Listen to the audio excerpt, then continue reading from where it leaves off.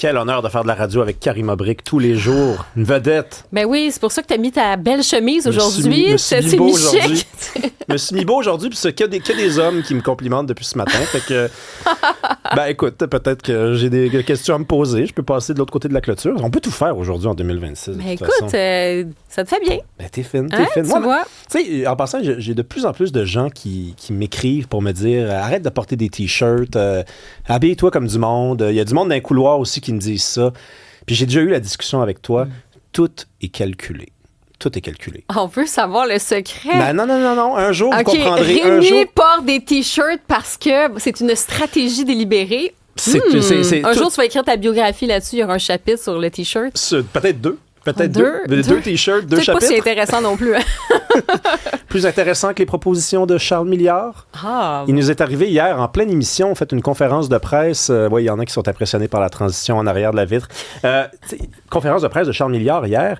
Ça faisait quelques semaines qu'on le cherchait. Là, hein. Il a même été obligé de faire une genre de campagne en disant « Où est Charles Milliard ?» imitant le concept de « Où est Charlie ?» Parce que, on ne sait pas, qu'est-ce qu'il nous propose. Les élections s'en viennent. Il y a eu deux courses à la chefferie, Charles Milliard. Il ne faut pas l'oublier. C'est peut-être pour ça que les attentes sont élevées, Karima. C'est que c'est pas quelqu'un qui a gagné une course, puis là, c'est le moment là, de donner des idées. Non, il y a eu des mois de possibilités pour lui de nous arriver avec des propositions. Et hier, donc, conférence de presse, c'est à Québec. Il nous dit « J'ai 4 propositions économiques à faire. » As-tu été impressionné? On va les nommer, là, mais est-ce qu'en partant, tu as été impressionné? Mais vas-y. Bon, alors, il nous dit quoi? Il nous dit qu'il faut faire du commerce avec les autres provinces, il faut tisser des liens avec les provinces. On est dans un pays, on est un figurant dans le Canada. Donc, il nomme, par exemple, le cas de l'Ontario. Il nous dit l'Ontario, avant la CAQ, on avait des liens économiques plus forts. Je rappelle quand même que Doug Ford, quand il y a eu des problèmes avec nos médecins, il a ouvertement annoncé qu'il allait nous les piquer. Donc peut-être que faire du commerce avec l'Ontario, c'est pas quelque chose d'aussi organique qu'on peut l'imaginer. Il a parlé de faire des délégations de commerciales à l'étranger. Moi, ça m'a semblé être du réchauffé. Je sais pas pour toi, là. Bien, en fait, c'est surtout que quand tu convoques, là, je veux dire, la grosse affaire, puis je vais faire 4 grands engagements, consulat général des États-Unis, donc la grosse conférence de presse, moi, j'ai l'impression qu'on a accouché d'une souris. Puis si tu convoques la presse pour ça, puis que tu regardes ensuite quelques minutes plus tard, puis dans la journée, là, la couverture médiatique, malgré tout, elle était extrêmement mince. Pourquoi? Ben, parce qu'il n'y avait pas grand-chose, en fait. Tu sais, c'était quand même... tu annonces, finalement, tu montes tes couleurs. Peut-être le décalage entre l'attente qu'on avait versus le résultat.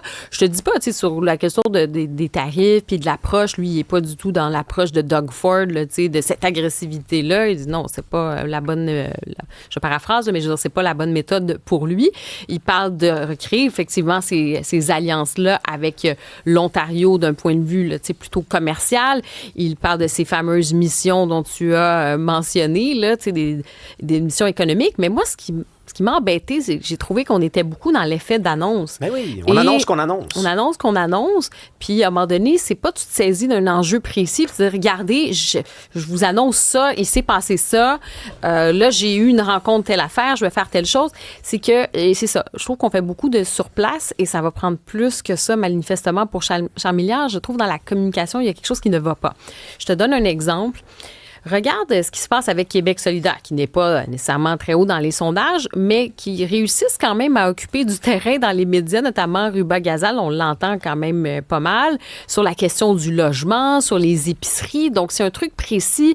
Ils amènent au moins la lumière sur un enjeu qui touche les Québécois. Ouais. Tu sais, le coût de la vie, le coût du logement, le panier d'épicerie. Donc, je trouve qu'on fait avancer quand même la société parce que tu te dis, OK, qu'est-ce qu'on peut faire là-dessus? Puis on réfléchit sur ces choses-là. Tu vas regarder Christine Fréchette, tu me diras, bon, elle est première ministre, c'est plus facile, mais elle est partie à Washington, elle est partie en France, elle a fait des rencontres, ça donne au moins l'idée que l'image qu'elle fait des choses. Et Paul Saint-Pierre Plamondon, quand même chef d'un parti indépendantiste qui a réussi à aller en Europe, en France, rencontrer des candidats à la présidentielle française.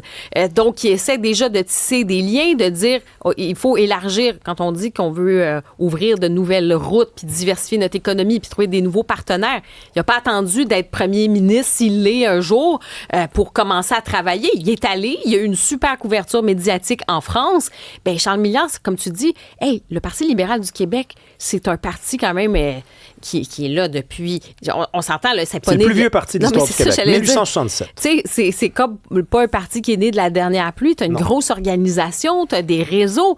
Puis là, toi, t'annonces que tu vas peut-être aller rencontrer du monde. Tu sais, go! Qu'est-ce que t'attends? Tu sais, Éric Duhem, à un moment donné, il avait dit il faut qu'on tisse des liens avec les conservateurs un peu partout au Canada. Il est allé rencontrer les conservateurs. Il s'est fait prendre en photo. Il les a rencontrés. Il a fait des rencontres. Mais Éric Duhem, il ne pense pas qu'il va gagner la prochaine élection, mais il le fait quand même. Qu'est-ce qui empêchait Charles Milliard, par exemple, d'aller rencontrer les gens de la Chambre de commerce en Ontario, d'aller rencontrer des investisseurs en Ontario, puisqu'il nous dit qu'il souhaite que la province collabore davantage avec l'Ontario? Tu sais, c'est ça la différence entre annoncer que tu vas annoncer puis annoncer quelque chose concrètement. Regardez, j'ai rencontré telle personne. Ils nous disent qu'ils s'ennuient des rapports qu'on avait avant la CAQ. Élisez le Parti libéral du Québec, puis voici les liens qu'on va pouvoir retisser. C'est ça qui distingue une annonce puis quelque chose qui est finalement de l'ordre de OK, la supposition, si on l'élu, peut-être qu'il nous avait dit qu'il allait peut-être faire ça. Puis tu sais, quand tu parles de délégation commerciale à l'étranger, je vais juste rappeler un petit truc là. On a des délégations générales à Bruxelles, à Dakar, à Londres, à Mexico, à Munich, à New York, à Paris, à Tokyo. On a des délégations à Atlanta, Boston, Chicago, Houston, Los Angeles, Miami, Rome. Et là, je pourrais continuer. On a des bureaux à Bogota, à Rabat, à Sao Paulo. Je ne dis pas que tout a été fait et que tout existe déjà et qu'il n'y a rien à améliorer. Sauf qu'à un moment donné, c'est comme s'il insinuait qu'il fallait commencer le travail, alors que le travail se fait, là, déjà. Déjà depuis longtemps. Bien, c'est ça. Donc, je pense que là, dans l'organisation, puis comme Charles Milliard, il a sûrement de très bonnes intentions pour le Québec, puis il est investi, puis il a le goût de faire avancer les choses, OK. Mais il va falloir qu'il y ait peut-être avec son organisation quelque chose, un réajustement dans le message, dans l'action aussi, parce que là, ça ne passe pas. Et là, ça commence, comme on dit, il est minuit moins une, là. Il est vraiment minuit moins une. Il devrait surfer en ce moment, le Parti libéral du Québec.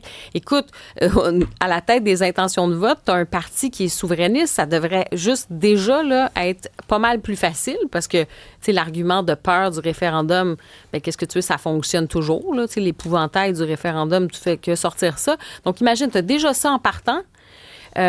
Et puis là, tu as quand même de la difficulté à avancer tes idées, des projets. Je trouve que la communication aussi avec l'organisation, la stratégie à revoir, là, parce que l'instinct politique en ce moment n'est pas là, selon moi. Il n'est pas là. Et même la publicité, je comprends que ça se voulait un petit clin d'œil humoristique. Moi, j'ai l'impression que ça fait encore plus mal. C'est très mal avisé parce que... En fait, il y avait des gens qui n'étaient pas au courant qu'on le cherchait. Non, mais ça, il faut toujours penser à ça, là. Nous autres, là, on réfléchit à la politique, là. On s'injecte de la politique d'un veine, c'est notre vie. Puis d'ailleurs, on y pense peut-être trop. On a peut-être besoin d'un break. Mais la plupart des gens, ça fait partie de leur vie. Ça fait pas partie de leur quotidien. Et quand ils voient passer une pub comme ça, où est Charles Milliard, ils se disent « Ah, on le cherchait! » Oui, c'est ça. Fait que là, c'est comme de dire « Regardez, voici mon défaut. » Qui est un faux défaut, puisqu'en réalité, c'est une légende à mon sujet. Je suis sur le terrain, je suis là. Écoute, je ne sais pas qui a eu cette idée-là. Et ces fameuses pubs là, où le chef se prend pour un comédien, mais n'est pas comédien. Là. C'est un métier, le comédien. Là. Hein? Peut-être engager quelqu'un d'autre, là, quelqu'un qui... je ne sais pas, parce que ça fait un peu pathétique par moment. Mais ça va faire un beau sketch au bye-bye. Ah, ben ça, c'est certain. C'était peut-être l'objectif, mais le problème, c'est que le bye-bye, c'est après l'élection. Ah, ouais, c'est ça le problème. Mais tu sais, c'est Nick Payne qui avait raison hier, Karima, à mon avis, là. Étant donné que les libéraux savent très bien sur quel clou ils vont cogner à la prochaine élection, c'est référendum, ben, ils ont négligé tout le reste. Ils ont négligé la préparation d'idées, d'un programme, d'une vraie rhétorique alternative, finalement. Parce qu'ils savent que ça va peut-être suffire, c'est-à-dire pour aller chercher les votes qu'ils ont l'intention d'aller chercher. Mais ça, c'est peut-être mal connaître les Québécois, parce que les Québécois, ça leur arrive des fois de se dire, c'est pas assez, puis t'es en train de me niaiser en ce moment.